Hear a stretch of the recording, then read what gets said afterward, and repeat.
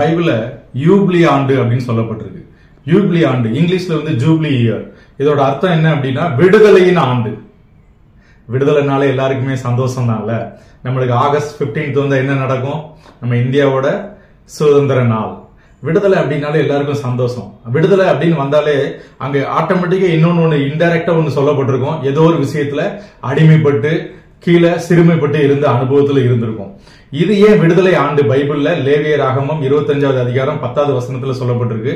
யூப்ளி ஆண்டு, jubilee year, விடுதலையின் ஆண்டு.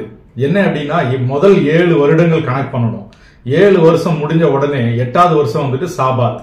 சாபாத் அப்படின்னா வந்துட்டு என்ன அர்த்தம் அப்படின்னா அது வரைக்கும் அடிமைப்பட்ட என்னெல்லாம் இருக்கோ எல்லாத்தையும் விடுதலை ஆனது. சொந்த சகோதரன் இஸ்ரேவேல்ல ஒருத்தன் அடிமைப்பட்டவனா இருந்தா, அவனோட கஷ்டத்தோட நிமித்தம் அவனோட இடத்தை வித்திருந்தா இதை வந்துட்டு சாபாத்துல ரிலீஸ் பண்ணி விட்டுறணும். இதுதான் விடுதலையின் ஆண்டு. இத பைபிள் இன்னும் டீட்டெயில் எப்படி சொல்லுது அப்படின்னா 7 into 7 49 நம்மளுக்கு தெரியும்ல.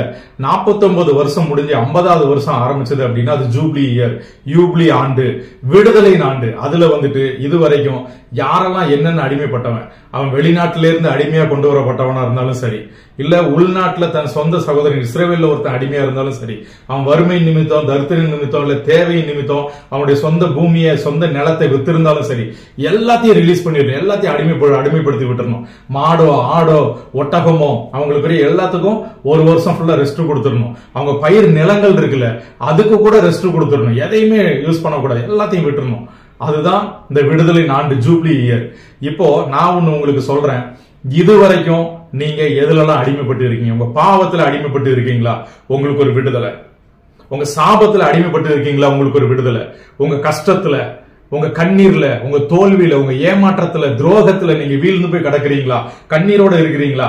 உங்களுக்கு ஒரு விடுதலைன்னு ஆண்டவர் சொல்றாரு. நீங்க பயப்படாதீங்க, ஆண்டவர் உங்களை விடுவிக்கிறாரு. அதுதான் இந்த விடுதலையின் ஆண்டு.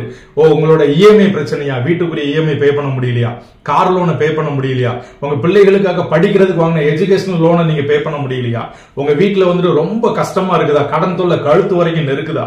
உங்க பிள்ளைகளோட கல்யாணத்துக்கு வாங்கின கடனை நீங்க அடைக்க முடியலையா? எந்த பிரச்சனையா இருந்தாலும் ஆண்டவர் சொல்றாரு ஒரு விடுதலையின் ஆண்டு உனக்கு. இது உனக்கு ஒரு விடுதலை. உனக்கு இனிமே வந்துட்டு பிரச்சனையே இல்ல.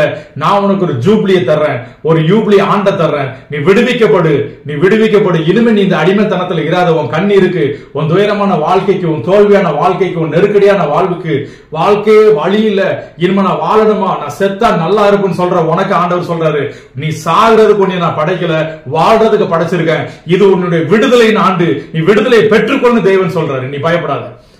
பர்டிகுலரா நான் சொல்றேன், இந்த மாசம் உங்களுக்கு விடுதலையின் மாசம்.